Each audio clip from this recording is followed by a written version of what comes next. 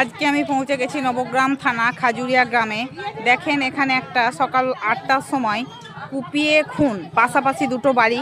এই যে একটা বাড়ি রাস্তার এপাশে, একটা এপাশে, প্রতিবেশী, অথচ নিজেদের মধ্যে সাময়িক কিছু ঝামেলা অশান্তি থাকার কারণে আজকে একেবারে খুন হয়ে গেছে। দেখছেন কতগুলো লোক এখানে আছে।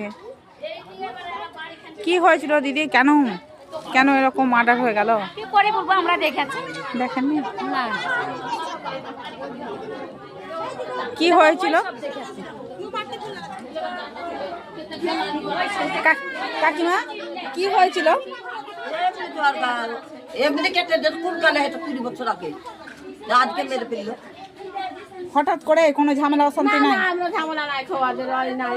এখন তোমার 20 বছর আগে থাকে আমি তো জানবো না। 20 বছর আগে ঝামেলা হয়েছে। এবারে কুপিয়ে গলা কেটে নামিয়ে দিয়েছিল। পেট মেট সব কিছু লেগে এখন ওটা বাবা, একটা কোপ মারলেই তো অনেক।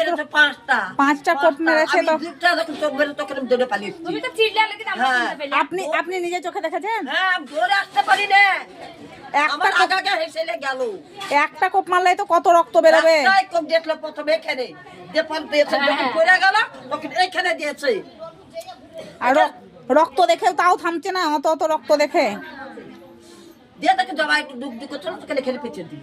ও হাই গো, মদ খেয়ে কি এরকম মেরেছে না এমনি? এমনি উঠে বলে মদ খায় না বাবা, সাধারণ মানুষ এরকম করে কুপিয়ে খুন করে দিতে পারলো? সব বনা এই লোকটা লোকজন।